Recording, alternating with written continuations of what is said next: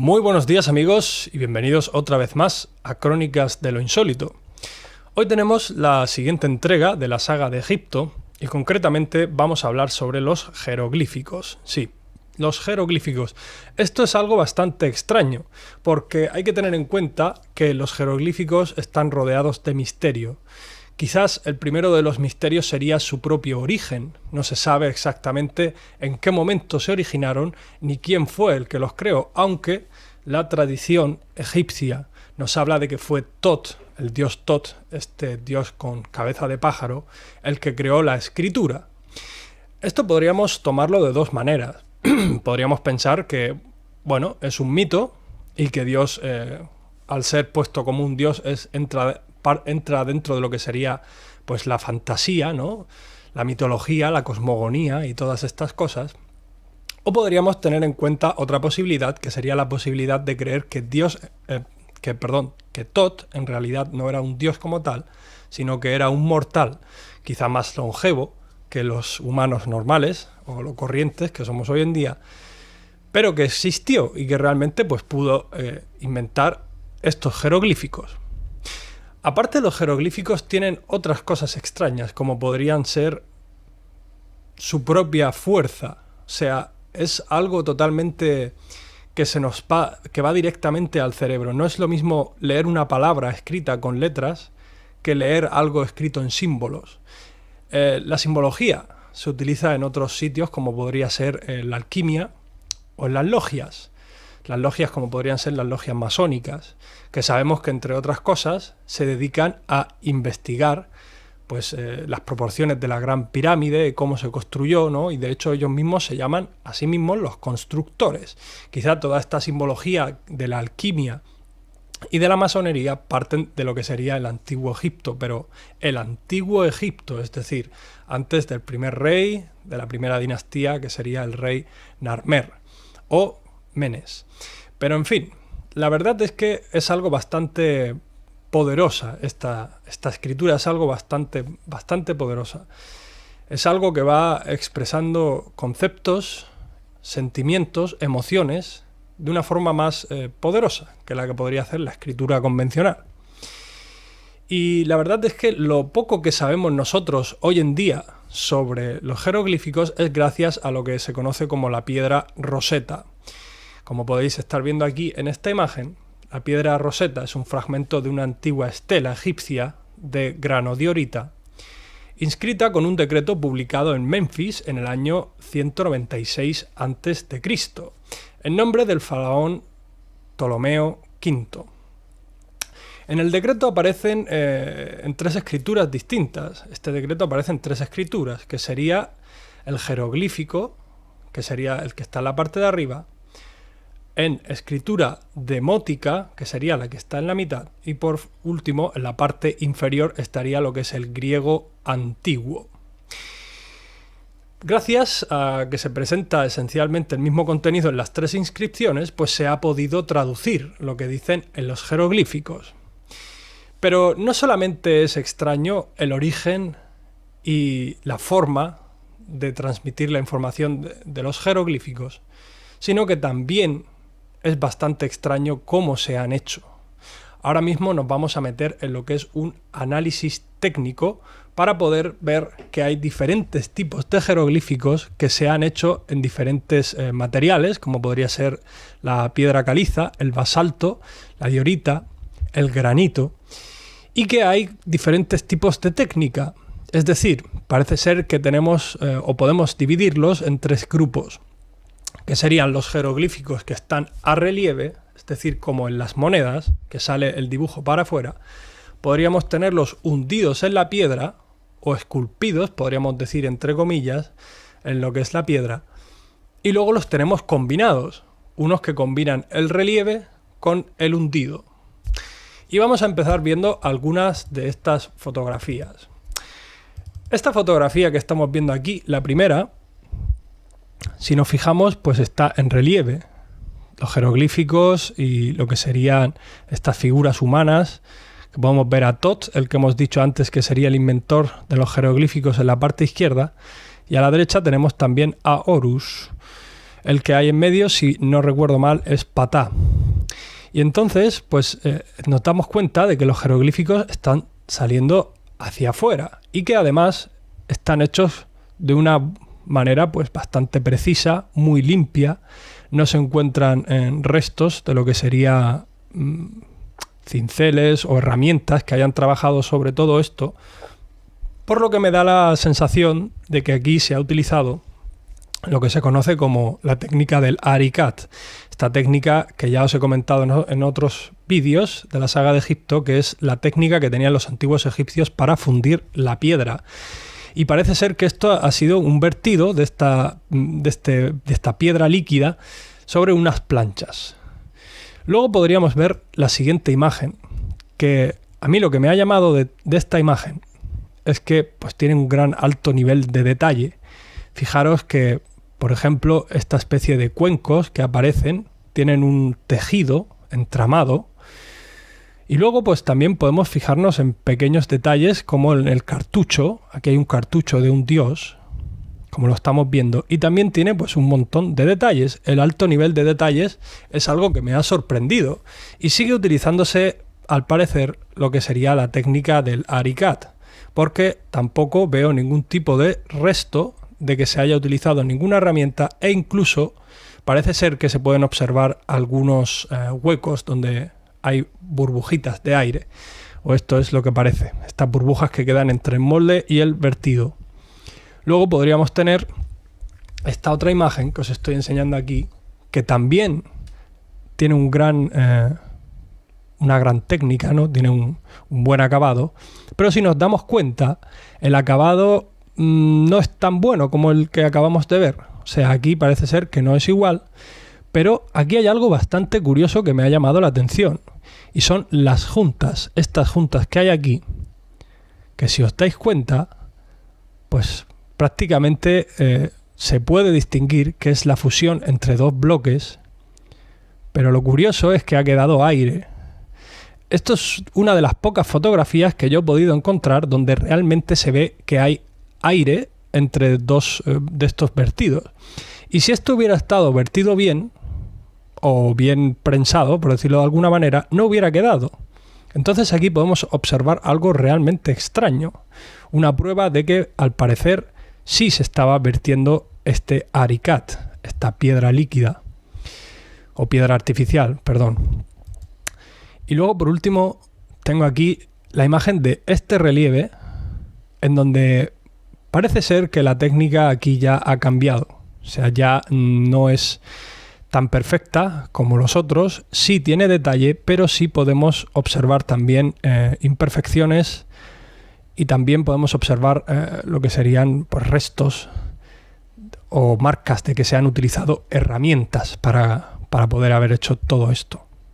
Como estamos viendo, este tipo de jeroglíficos en relieve pues han ido de alguna manera, como siempre en la historia del Antiguo Egipto, cuanto más antiguo mejor estaban hechos, y cuanto más moderno peor, ¿no? Por lo que podemos ver una involución, podemos seguir viendo la típica involución que siempre he estado hablando que ha habido en Egipto y que estoy intentando demostrar con todos estos vídeos.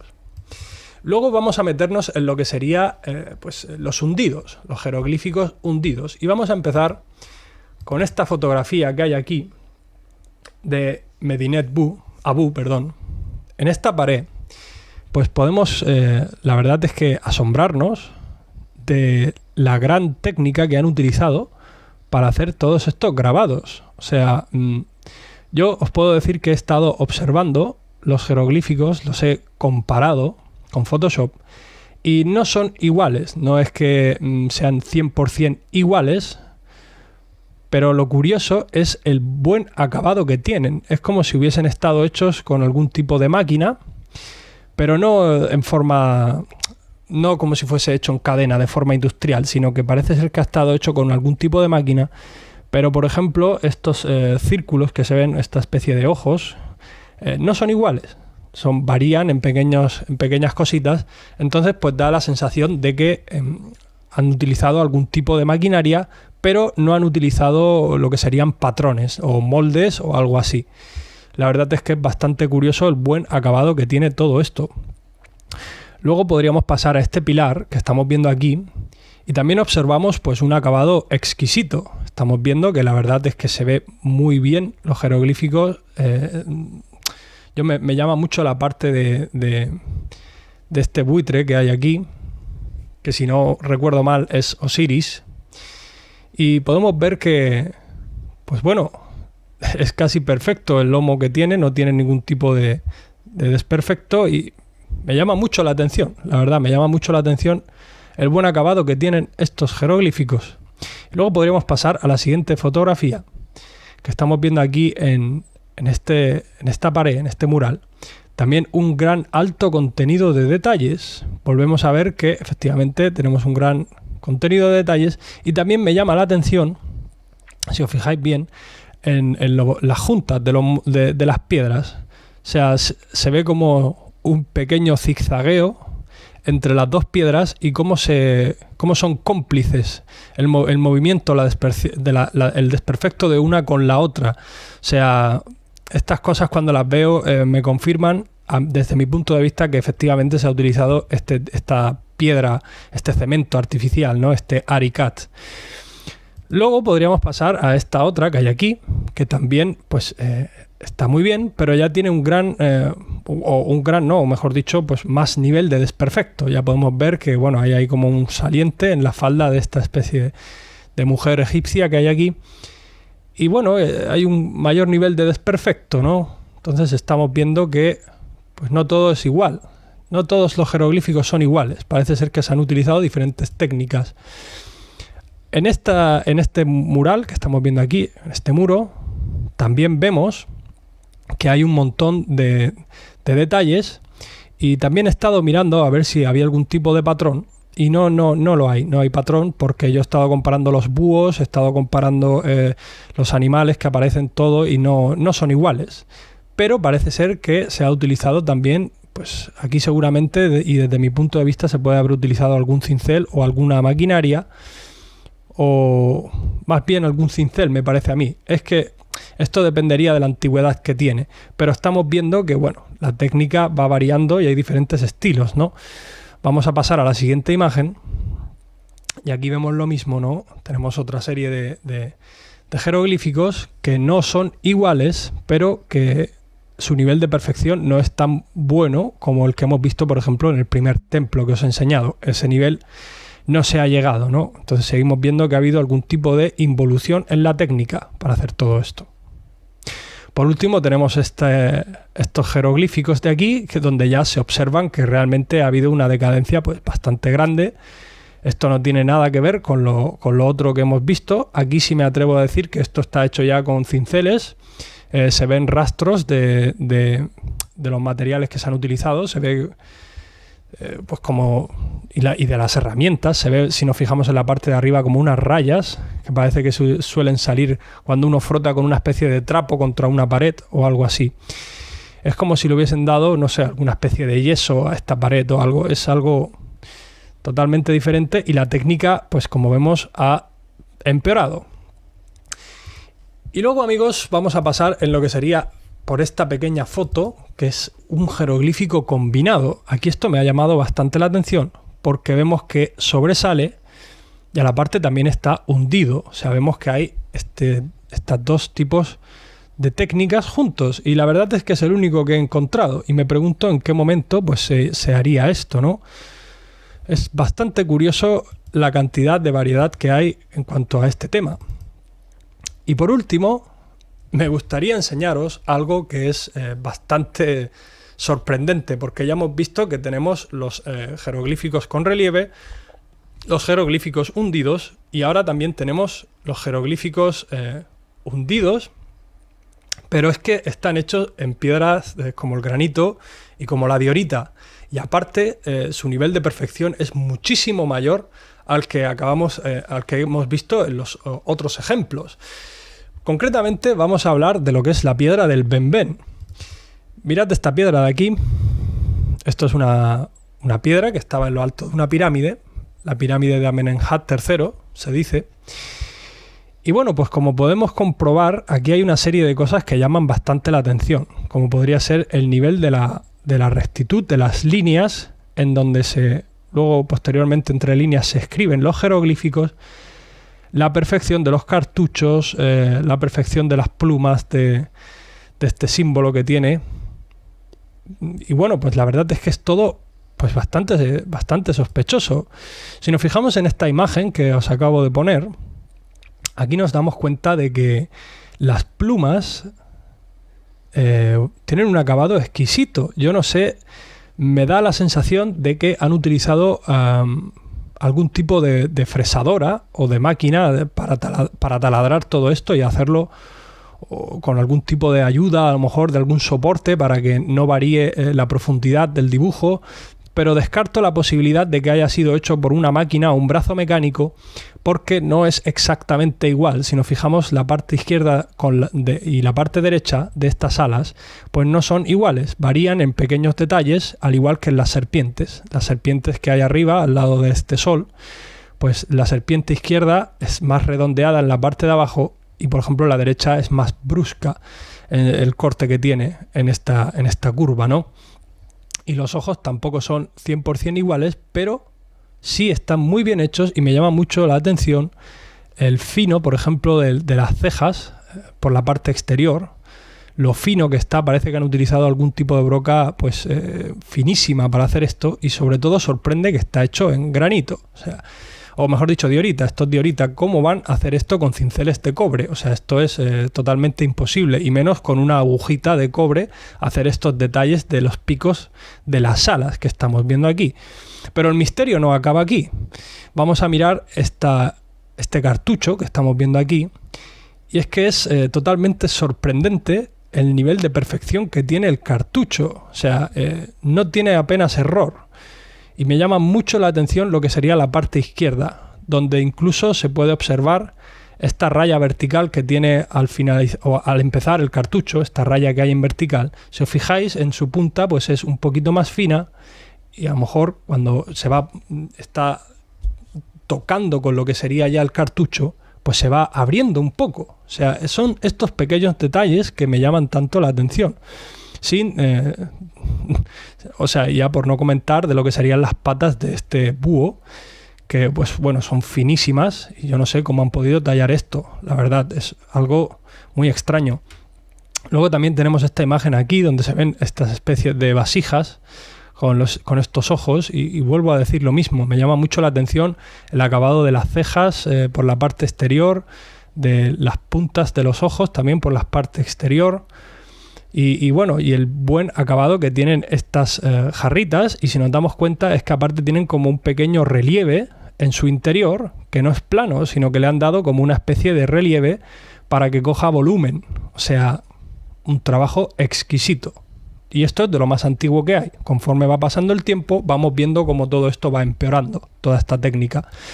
Luego también tenemos aquí a este barquero, que también me llama muchísimo la atención, porque si os fijáis en la vara que lleva en la mano, es absolutamente ínfima, es totalmente muy, muy pequeña la vara que tiene, y sin embargo ahí está, sobre una piedra tan dura como es la diorita, a una escala tan pequeña. Al igual me sorprenden las patas del pájaro que hay en la parte de la derecha. Vamos a pasar a esta siguiente imagen, donde estamos viendo un piramidión también, pero un piramidión que no tiene nada que ver con el que acabamos de ver. Si nos fijamos aquí, bueno, la técnica es mucho peor. Parece que se ha hecho a pulso, aquí sí parece que se ha utilizado algún tipo de herramienta, y la perfección no es la misma, aunque me llama la atención que también sigue siendo una piedra diorítica o granítica, ¿no? Es algo bastante duro. ¿Cómo han hecho esto? Quizá fundieron esta piedra, lo hicieron con algún tipo de cincel de otro material que no era el cobre, que quizás se encontraron como algún vestigio de los orígenes.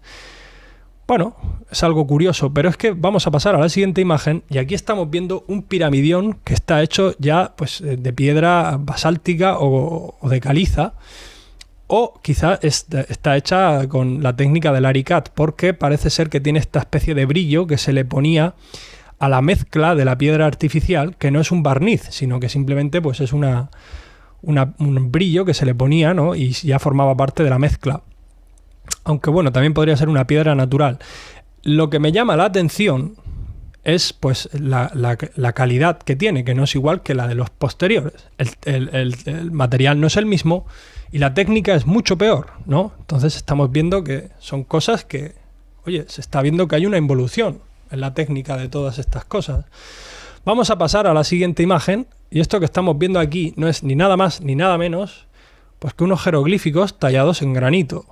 Aquí volvemos a ver que, bueno, los detalles de estas de las patas de los pájaros, las antenas de esta especie de babosa que hay aquí dibujada, bueno, los cuernos del toro abajo, todo detalles muy finos en piedras muy duras, cosa que me llama mucho la atención. Pero luego ya para colmar esta historia, aquí tenemos este menhir, que si nos fijamos también, pues bueno, esto es exquisito. O sea, el acabado de esta piedra es... Yo cuando lo vi dije, madre mía, yo no sé cómo han podido hacer esto. Fijaros este triángulo que hay aquí.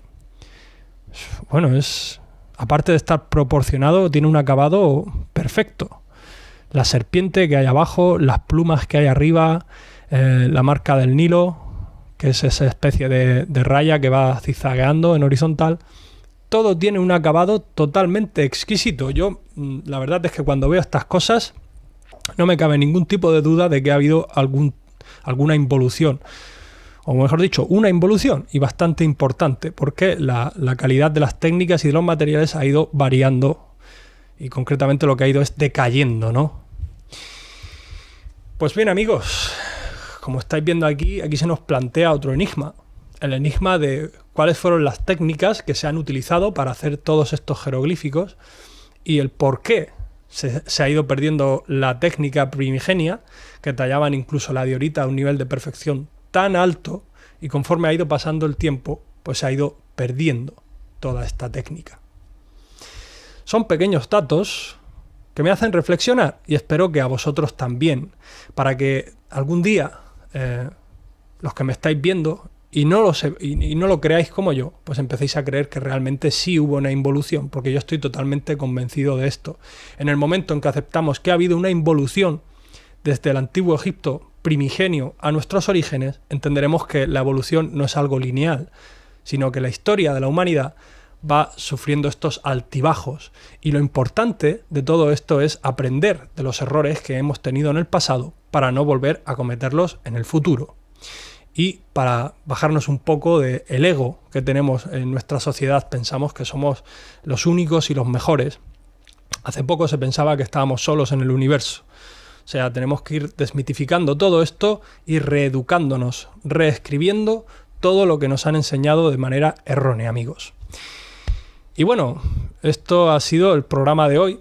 Espero que os haya resultado interesante y que os haya podido aportar esta nueva visión, que ahora cada vez que veáis los jeroglíficos os fijéis a ver qué tipo de acabado tiene y podáis sacar vuestras propias conclusiones teniendo en cuenta este dato que os acabo de dar. Pues muchas gracias, amigos. Nos vemos como siempre en la siguiente entrega de Crónicas de lo Insólito. Hasta la vista, amigos.